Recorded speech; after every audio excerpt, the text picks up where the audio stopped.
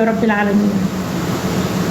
ما تقعديش تشيلي شعره بكره ولا حد يجي جنبه ولا تسرحوه. تعالي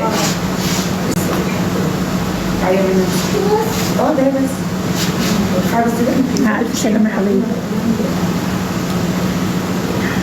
يا هلا أم ملكة تسلم. يا هلا مساء الورد. ازيك يا حنا؟ الحمد لله يا هنا بخير والله.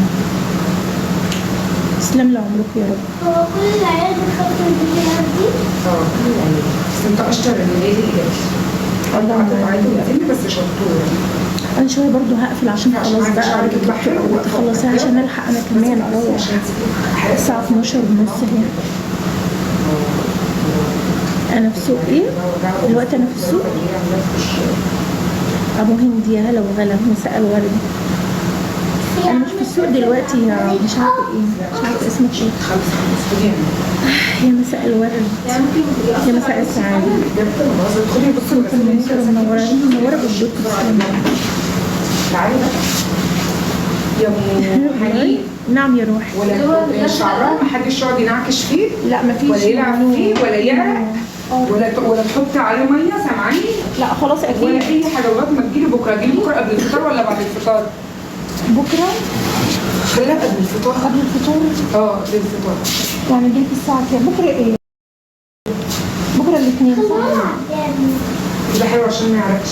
هنلحق نبقى لما يتغسل بقى لما يتغسل يعني اجيلك زي ما حطيه على الجنب، حطيه على ورا في رجله السنه لما يتغسل.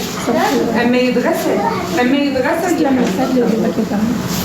بتقولي ايه يا ام حبيبي؟ يعني اللهم صل على النبي. اجيلك على الساعه 12 برضه. ماشي تعالى على 12 عشان الحق برضه اروح وارجع. خلاص تمام تعالى على 12 خلاص باذن الله. نورتي. تسلمي يا فهد.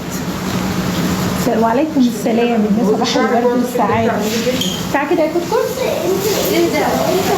مرحبا يا هلا مبارك. لما نغسله بقى اعمل ايه؟ الحمد لله مبارك بخير والله. لما يتغسل كده يبوظ. مش انت كده شطبتي الشعر ازاي؟ سلام يا هلا يا مساء الورد.